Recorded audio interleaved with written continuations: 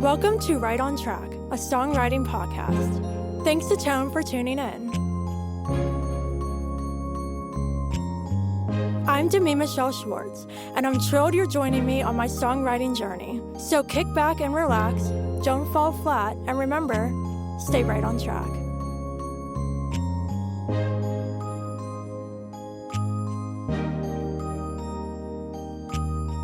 Hello, welcome back to Right on Track. I am so excited because joining me today is Emmy Law. Hey, Emmy. Hey, how's it going? Great. How's it going for you? Great, just getting started with my day. Fantastic. I'm so excited you're joining me today because we are going to be talking all about taking our songs to the studio. Before we get into this, can you share with the listeners a little about yourself and your songwriting journey so far? Yes, so my name is Emmy Law. I'm currently based in Nashville, Tennessee. I moved here from Atlanta this past year in February of 2021. And I spent the last 4 years in the Atlanta music scene. I have a lot of love for Atlanta. Gosh, my whole journey, I don't even know where to start, but it's been a ride. I definitely learned a lot in Atlanta. I moved there in 2016 and just kind of spent my time there writing songs, learning how to write songs, learning how to perform, learning how to just kind of find what kind of songs were actually me as opposed to like songs that I was writing where I was trying to be something that wasn't me, if that makes sense. So definitely, really value my time there. And before I moved to Atlanta, I was actually in a couple bands. So it's been a big learning process for me, and I'm thankful for every minute. And here I am in Nashville, just kind of learning. I'm just trying to learn as much as I can. There's so many gifted, talented people here, great writers and performers and musicians. And I'm just trying to take it all in. That's fantastic. Wow, it's probably incredible living in Nashville. I'm from Pittsburgh, but I actually just went to Nashville for the first time in November for a songwriting retreat and to go to the CMA Awards. So that was super fun. But it's probably amazing. How are you liking it there? I bet that was so much fun. Yes, I love it so much. I mean, of course, everyone I feel like back home thinks when they think of Nashville, they think of like the downtown honky tonk stuff. But I, I love, I live in Inglewood, East Nashville, and just love like everyone that I've met here is so creative, and there's such a fun energy in this city.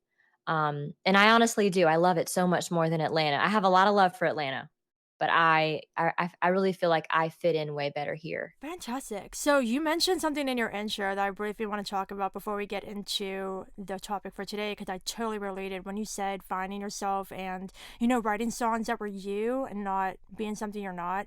I 100% relate because I wrote and recorded a full album's worth of songs that I didn't end up releasing because they were all made up and not authentic. So I've totally been there. Oh my goodness, yes. It's so weird because you don't even realize that you're doing it. And that's basically how I used to write for the first few years, was just trying to write what I thought people would want to hear, and it wasn't even me. Exactly. So, yeah. Yeah, no, that's so true. I completely relate. So to get into the topic for today about taking our songs to the studio, would you like to kick it off with a quote by Bono? Yes. If you pour your life into songs, you want them to be heard. It's a desire to communicate. A deep desire to communicate inspires songwriting. This is so true. Why did you resonate with this one so much? Because I know you decided to do this one. Yeah, I just think that the best writing comes from that deep desire to express yourself. And it's funny, it's taken me, I mean, and I definitely haven't arrived. I'm still on the journey. I always will be, but I'm definitely closer than I used to be to really getting to the heart of what I want to say even. You really have to dig to get there. And so I just love this quote because communication is what songwriting is. And you know that you're writing from the heart when you really feel like you are communicating what's inside of you.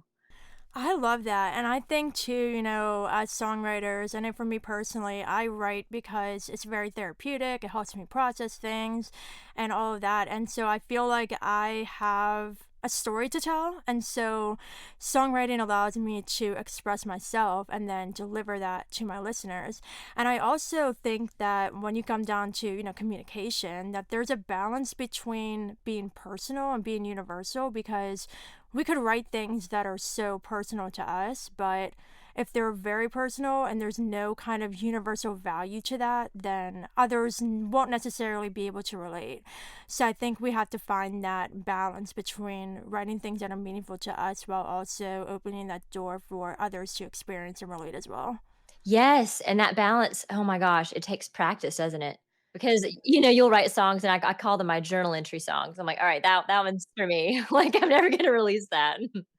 But man, the best writers can just find the best of both worlds. Exactly.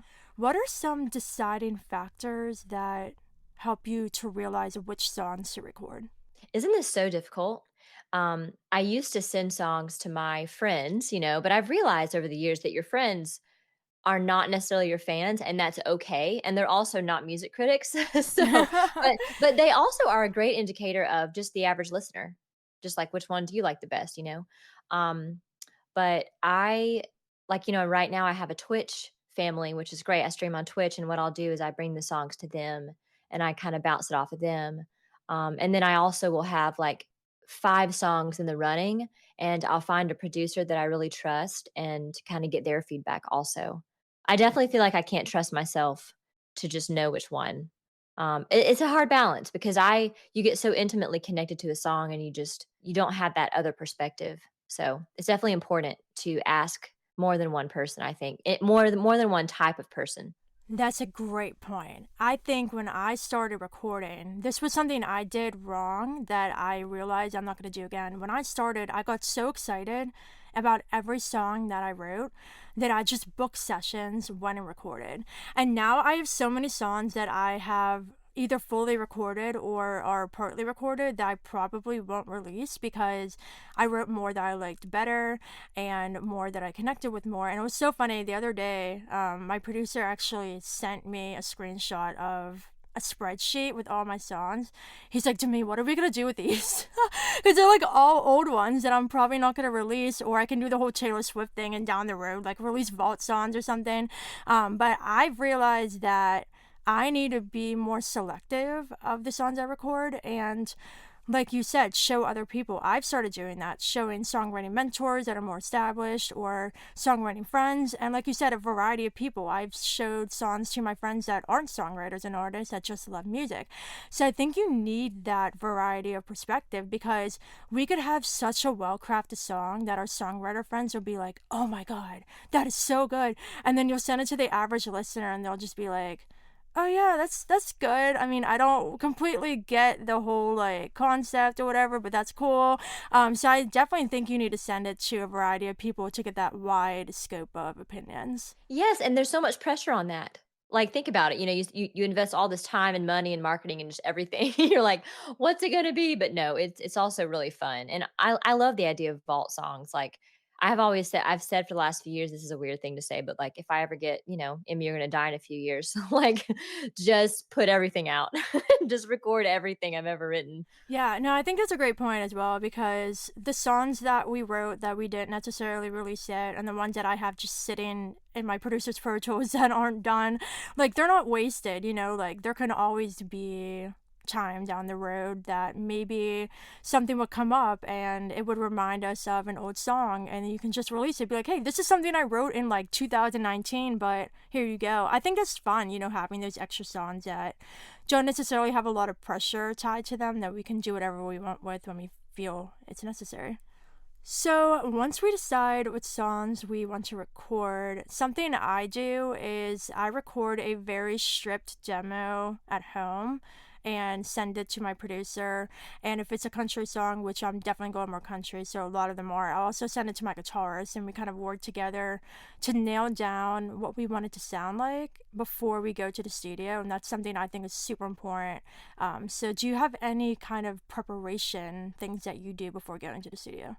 Yeah, so I do demo everything in Logic Pro, just a very basic demo, using this mic, and then just a basic piano or guitar track. My strength really is in, and I can just feel this. I just know this about myself that it's in like the writing and the bare bones of the song. But then when it comes to building it, I'm really seeking producers to help me with that, especially tracks that are going to be more produced.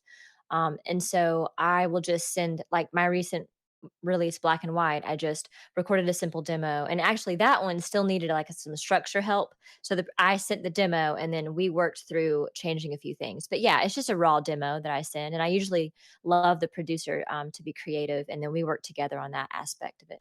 Yeah, I think that's really important. And I love how you're flexible with the songs. I think that's so important because, like you said earlier, we can get kind of attached to these because they mean a lot to us.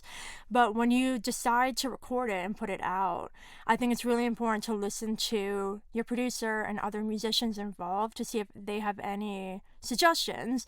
Because when I record my demos, and I know you as well, it's not like, okay, this is the song, there's no change in it, this is what we're doing. That's not how it is because we want it to be the best that it can be. So giving that very stripped demo allows for flexibility and for others to look at it. Because if you also do a very, produced demo, then your producer and guitarist might not be able to see through it and give other opinions and suggestions. So I think it's really important to do guitar vocal, piano vocal, leave it very stripped to allow them to use their imaginations as well and, give suggestions for production. Absolutely, you're so right, and you never wanna get too attached to a demo, but you want I mean, you wanna know what you want from the song also, so I'm not saying that you should just be a spineless jellyfish with your songs or whatever, but it's Yeah. good to be open and also trust your producer. You should hopefully be working with someone that you trust, Mhm. you know? Yeah, it took me a really long time to find a producer that I trusted. I went through two before I found the one I'm with now.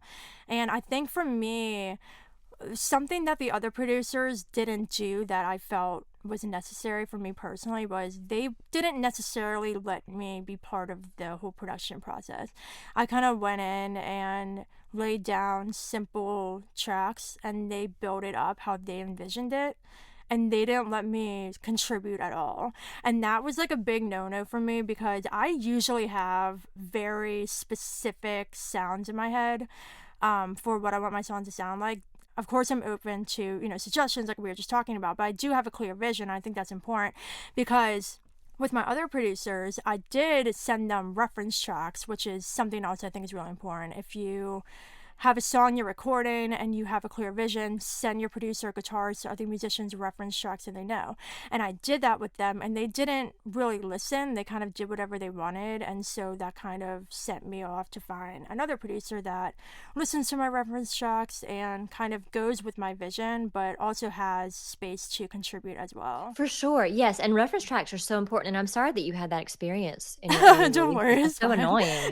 I definitely didn't used to do reference tracks, like, the first EP I released was just like, "Okay, let's see what happens," and my journey has been getting more and more specific the longer I've done this. I've gotten more and more I've understood that, okay, it's better to be more and more specific, and, like, there was one producer I worked with in Atlanta that just was it was like a job to him, he wasn't very passionate about it, so you gotta work with someone that is also into it, into what you're doing. Right. Oh, 100%. And yeah, that was the other thing too. Like, my producer and I have such a great friendship. And every single time I record, it's so much fun because he loves the whole process. And I think that's really important because these songs mean a lot to us, and we need to put trust in somebody to bring that to life the way we envision it. And so I think, again, with the reference tracks, the more specific you are, the better chance that they'll get it right the first time. Because if you don't give reference tracks, they're not in your head, hearing what you're envisioning. And if they deliver something back to you that wasn't at all what you wanted, you can't really say, you completely screwed that up because, like, everybody has their own perspective. But in order for them to get what you want, it's really important to be very clear about that. Absolutely. Yes, communication is key. I agree. So once you get to the studio, what is your process? Do you sit down with your producer first and talk through it? Do you do another kind of rough demo there before you start laying down the actual tracks? Can you talk more about your whole recording process? Yeah, we do, scratch tracks, which is just laying out the bare bones of the whole song, so we'll just go in and lay down piano and vocal track, and if that's the piano part that we end up using, then great, but it's usually just like we just take one pass through. It's funny though, the last song that I did, Black and White, with the producer, I wasn't actually in the studio, but so now I'm talking about my studio. Well, I did vocals in the studio, but he actually lives in New Jersey, so we worked through audio movers and did it that way, which was cool. But when I'm in the studio, we'll lay down the scratch track and then scratch vocals and everything. I Vocals stress me out, but I always I hate tracking them. I love singing, but it just because I know that if I don't like the vocals, I'm gonna hate the whole song. It's Oh, just how I right. am, you know? Right. So I'm always like, "Can we get these out as soon as possible?" Like, "Let's just go ahead and do this." So, I try to get to those as soon as I can. I'm kind of the opposite with vocals because when I do my 10-hour sessions, I have my songs. Usually, when I do my country songs, my guitar starts off with laying the guitar track. And then he has a lead track that I said beforehand, piano and vocal, that my producer drops in the Pro Tools and does that.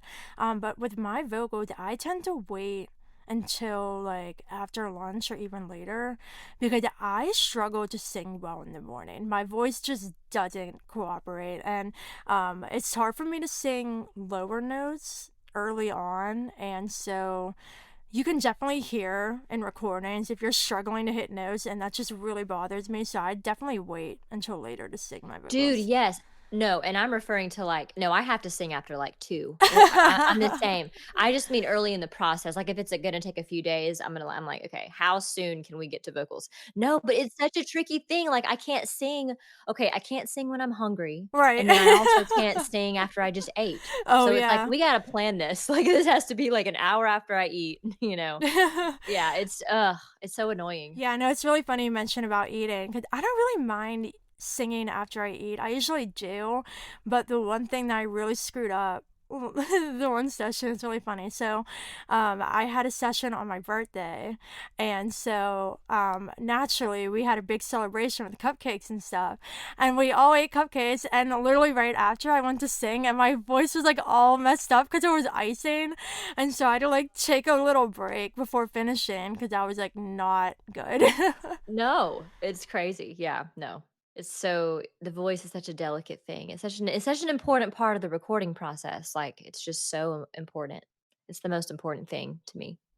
So I'm interested to know how you do your actual vocal takes because I know there are different ways of doing it, and I'm really curious how you do.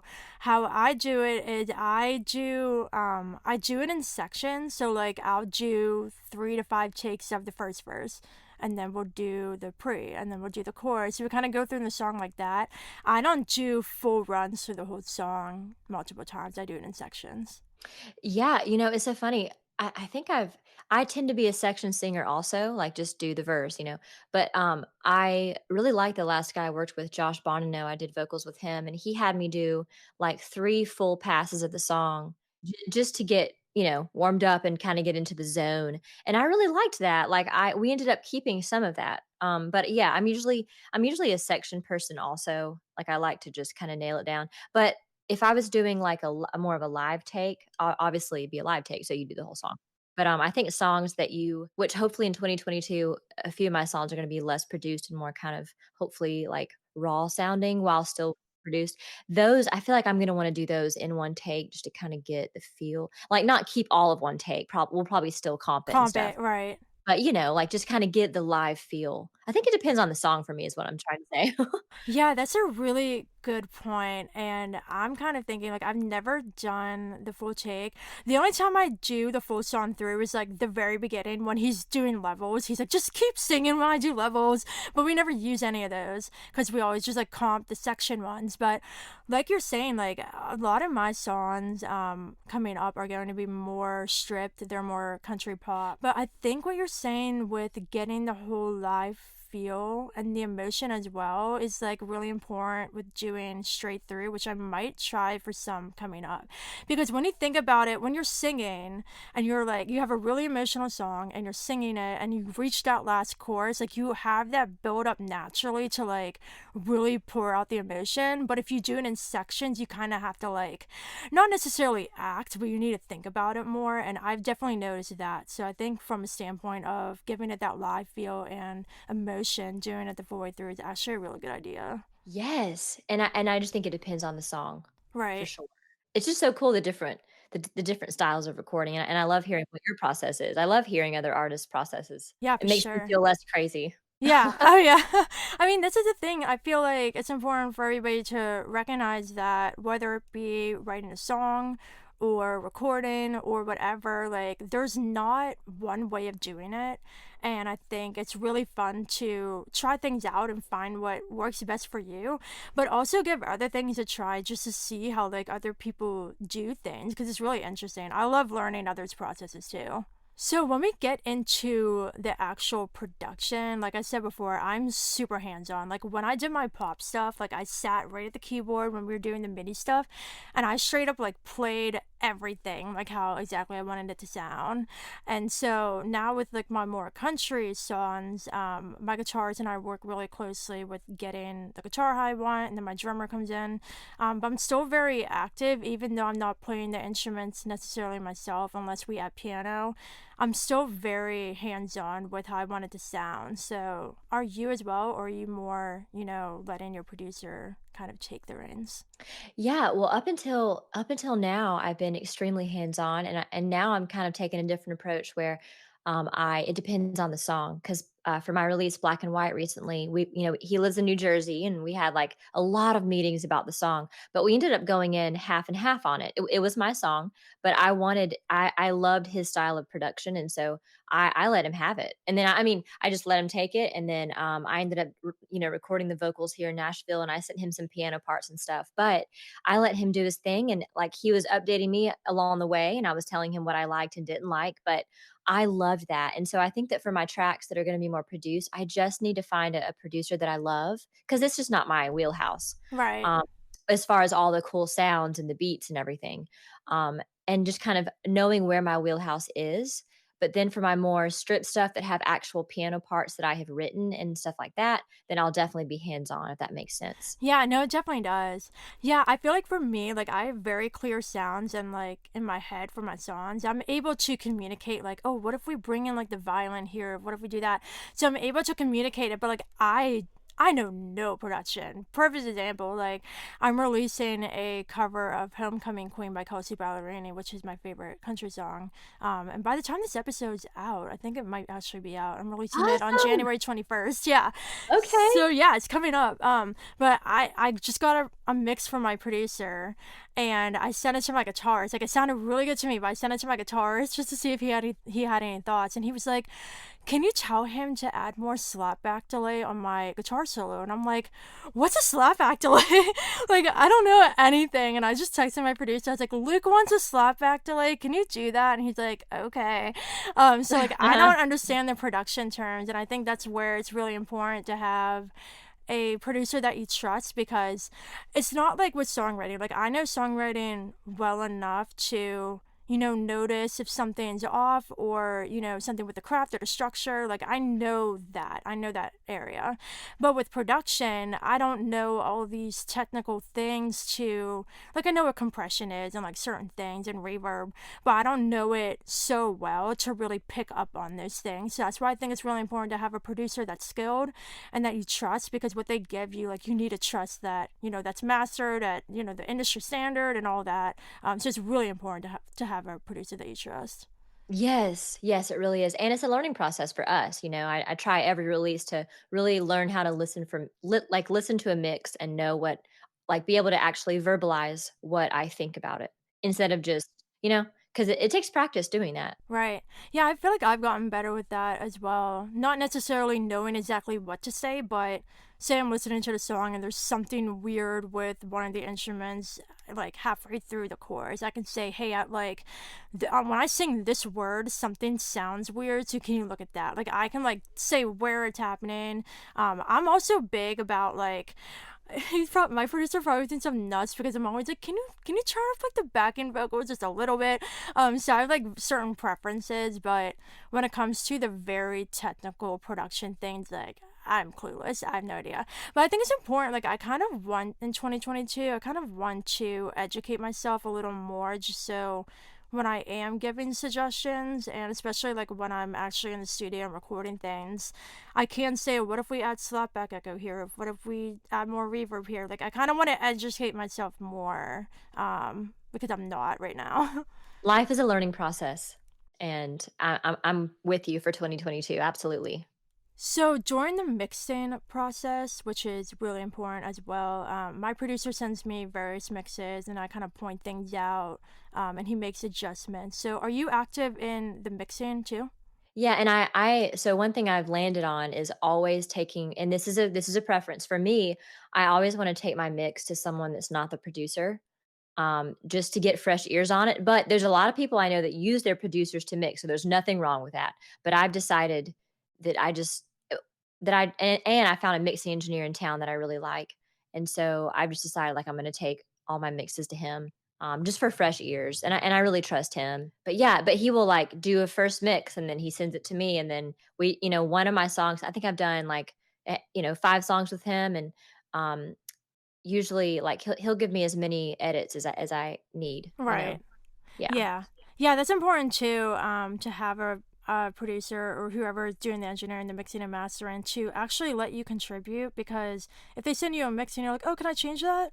And they'll be like, oh, no. No, you can't. That's kind of how one of my earlier engineers was because he kind of just did what he wanted and didn't let me contribute. And then I didn't release the songs because I was like, that's not what I wanted it to sound like, but whatever. So yeah, I think that's really important. That's interesting that you said that you use your producer and then have somebody else do the mixing because my producer does the production, the mixing, and the mastering. So that's really interesting. It's so cool seeing how like we have different processes with this, but we also still get the end result of putting out great music. I think that's really cool. Yes, and there's no one way, we're all doing it different. So, I wanted to ask you a little bit of a more personal question. So, what song was your favorite to take through the whole recording process from deciding you wanted to record it to seeing it through to the end? Honestly, I know it's because it's so new, but my song Black and White, I just loved it. Yeah, I've had it for 3 years. I've had the song for 3 years, and it used to have a different name, and I love the process of collabing with the producer on it. He helped me kinda rearrange some things and give it more life. And I love the end result. And I'm definitely planning on doing a few more songs with him. It's like the first producer that I've really felt chemistry with in terms of him understanding what I wanted and making it happen, Yeah. and really caring. Oh, yeah, for And, sure. and plus, this is so weird to admit.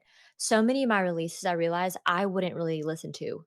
Like I mean, I like the songs, I wrote them, but I'm like, this song, I feel like if I just heard this from, like, this recording, I would wanna put it on my playlist. And anyway, like, just some of my songs in the past, I don't think they sound bad. I wouldn't necessarily, be a fan of them, which is a weird thing to admit, and it was hard for me to admit that to myself, like, "Emmy, a lot of your catalog, you actually don't love," which is weird. But I like the songs, I just think I didn't quite have my vision yet for what I wanted the sound to be. Oh, exactly. Oh, I completely 100% relate because I released my debut album, Dear Diary, and there are songs on there I love that are more newer, but there's songs on there that I'm not the biggest fan of, but I still love them because they meant something to me at a time when I wrote it. But at the same time, like you said, you have to get to the point where you find your sound and you write music that not only you love as the writer, but also as a listener. And I think that also plays into the decision making process with what songs you want to record. Like if you write a song that's really good, but you're like, oh, I don't know if I'd actually listen to this, then maybe it's not the best option to record. Totally, you have to, and being honest with yourself about that is so hard. You have to kinda let your pride go, Right.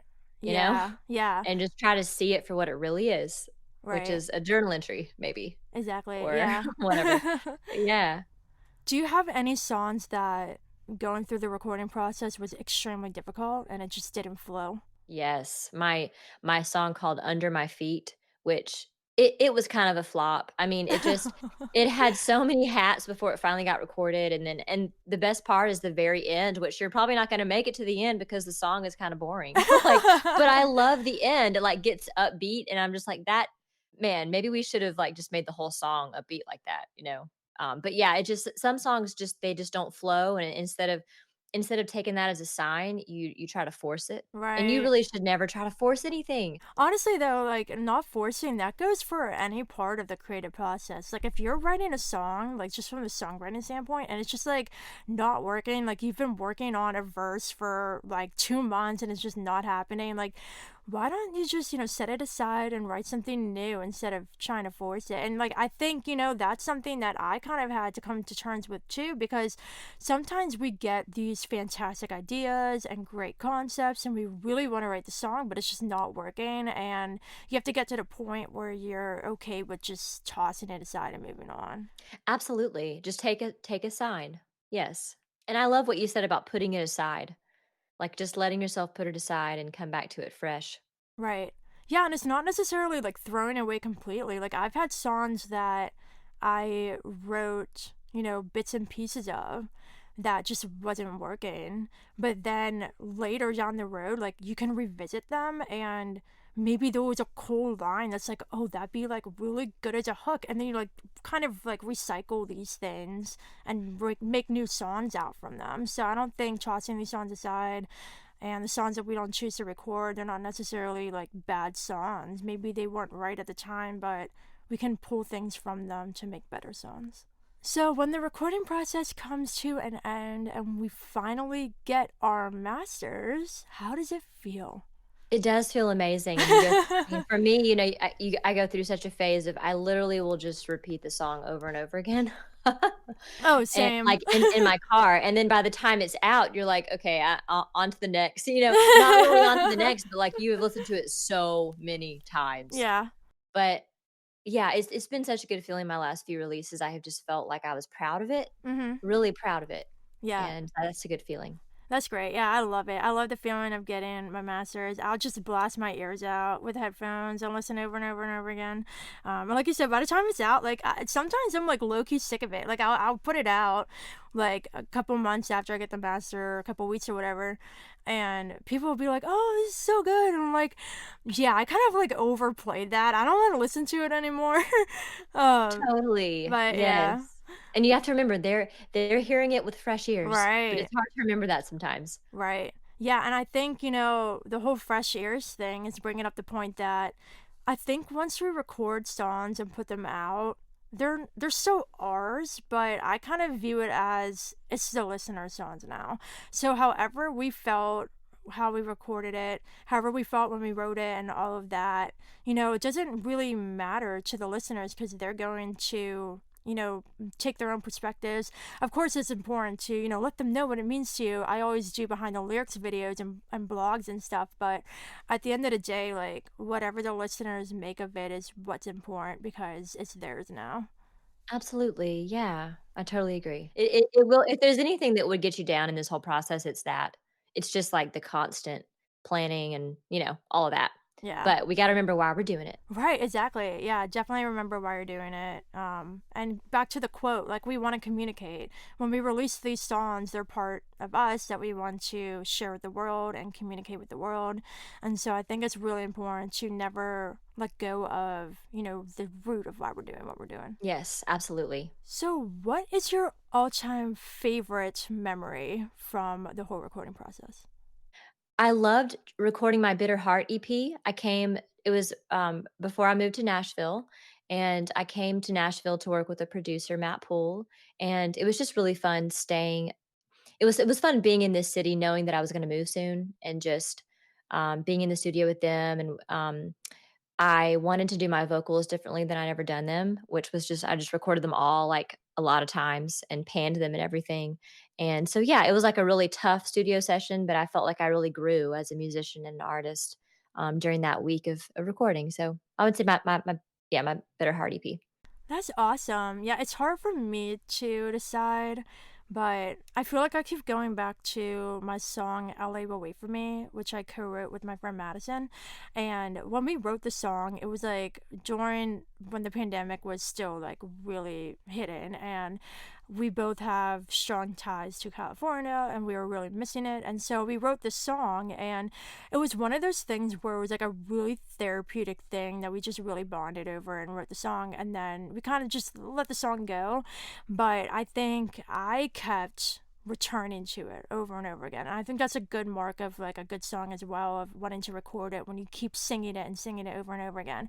So I kept like returning to the song, and I decided I wanted to record it. So I think, that whole process of doing that song was really special for me because all the other songs I recorded, I wrote myself. And so I didn't have that whole experience of talking about the production and, designing the artwork and everything like along with the co-writer because I wanted her to be completely involved with the whole process. So when we were in the studio, when I was in the studio, I actually FaceTimed her into the session and she got to talk to my guitarist and share her thoughts, talk to my producer about her ideas.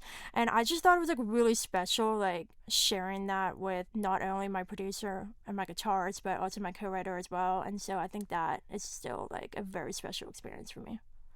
Yes, and it just sounds like such a fun collaborative thing, which is so great. I love that. Yeah. Yeah, and another thing with that song too that I want to briefly talk about in terms of, recording and releasing songs, we thought that song was so personal to us that not many people would be able to relate to because it's literally listing a bunch of things in LA that we miss doing and it's very specific about LA. And we were worried that because of how specific it is that not many people would be able to relate to it. And that's still to this day one of my most popular songs. And so sometimes we don't know. Like there might be songs that we love that we can think, oh, this is gonna be the hit, like this is gonna be great, and then not many people listen, and then you can have those songs that are like you want to release them because they mean something to you, but you don't think they're going to really resonate, and then those are the ones that resonate. So I think the whole mystery behind like what is actually going to happen when these songs are released is so interesting to me. Absolutely. Yes, and you just never know. Have you had any experiences like that with any of your songs? Like you had one that you didn't necessarily think people would resonate with, and then they did?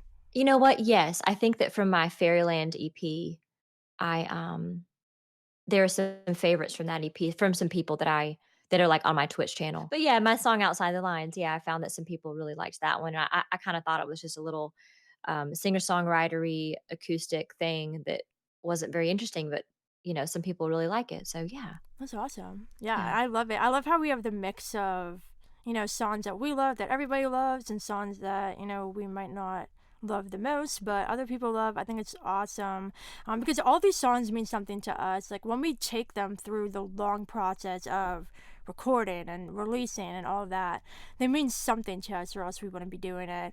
And I think, no matter what life the song has, like if it lives a great life or if it kind of falls flat a little bit, it still holds meaning to us. And I think we can also take things away from listeners' responses in terms of moving forward because we can have a song that didn't do very well. Maybe we tried out a different sound or something and it just didn't work and or people didn't resonate with it as much. Then we know moving forward, maybe this isn't my vibe. Maybe I should do this instead.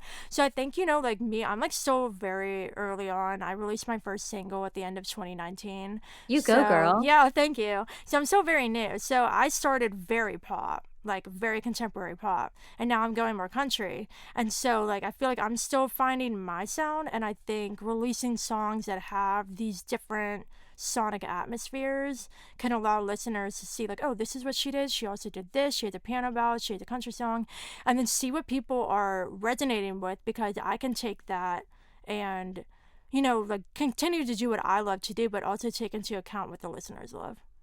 So, what is one piece of advice that you would give to anybody who is looking to record music?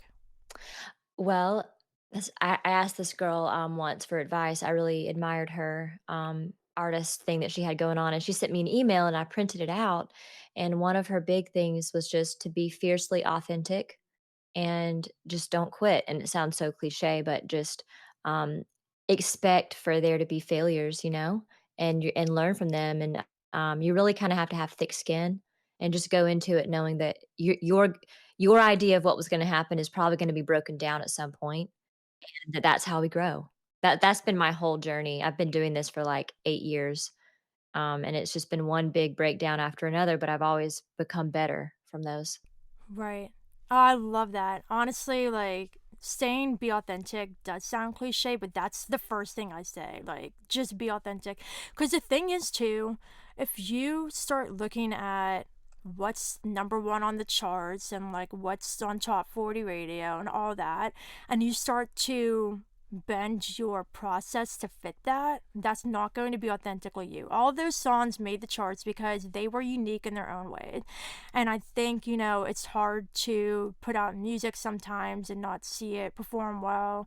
But I think at the end of the day, it's so important to be authentic because say you do fake it through a song and it becomes your big hit and blows up and wins awards and it wasn't you, then you have to do the whole like pretending that you love the song and that it's so you, and it after a while people can see through that. And so I think you can never go wrong with being yourself because that's the way to go. Just be authentic and be you. What is the biggest lesson you've learned from the recording process? Well, it's important to be prepared Oh yeah.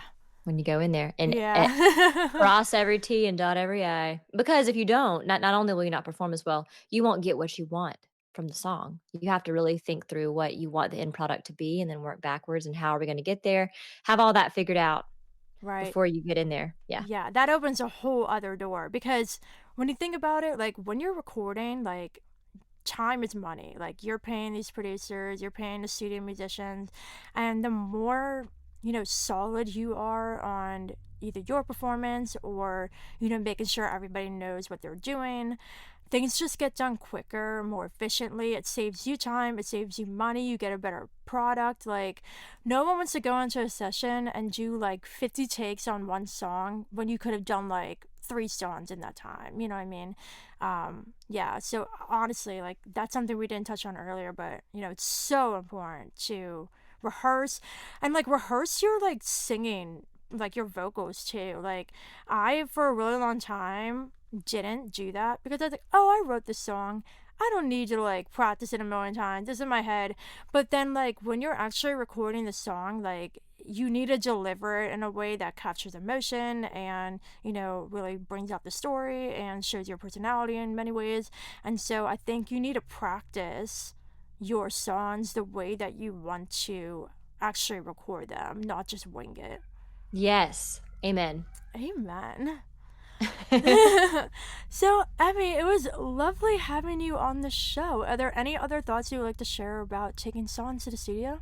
I think we said it all. I'm just really I mean, we said a lot of good things. I'm just really happy to be here, and it's so much fun discussing this stuff with another artist. Thank you for having me. Of course. Before you go, can you share with all the listeners where they can find you on social and listen to your music? Yeah, on all socials, I'm at Emmy Law Music. That's EMMYLAW.